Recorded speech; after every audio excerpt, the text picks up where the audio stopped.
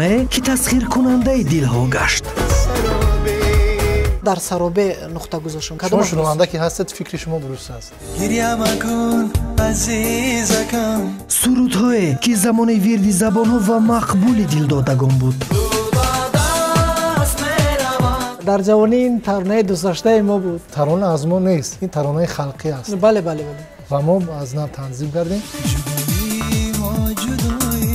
سرود و ترانه‌هایی که از واقعیت زندگی میگوید. گفتم دختر شما کی؟ گفت که ادیبه است.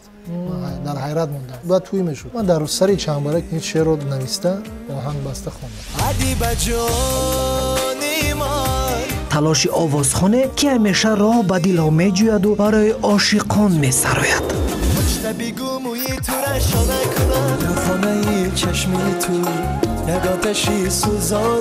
نفری که زنده سراییدن را برای دائمی انتخاب کرده است.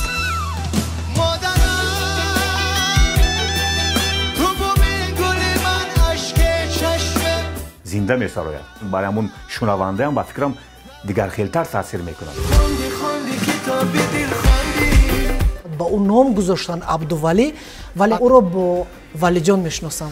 از کودکی من ولی جان میگفتم. از سرنوشت و هنر آوازخوانی شناخته ولی جان عزیز در برنامه هنر. مانند من دردی بی پدری را چشیدند.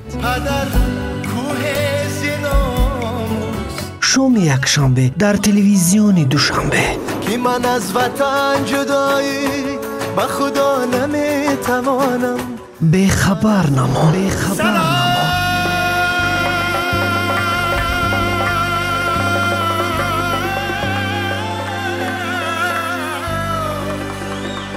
وطن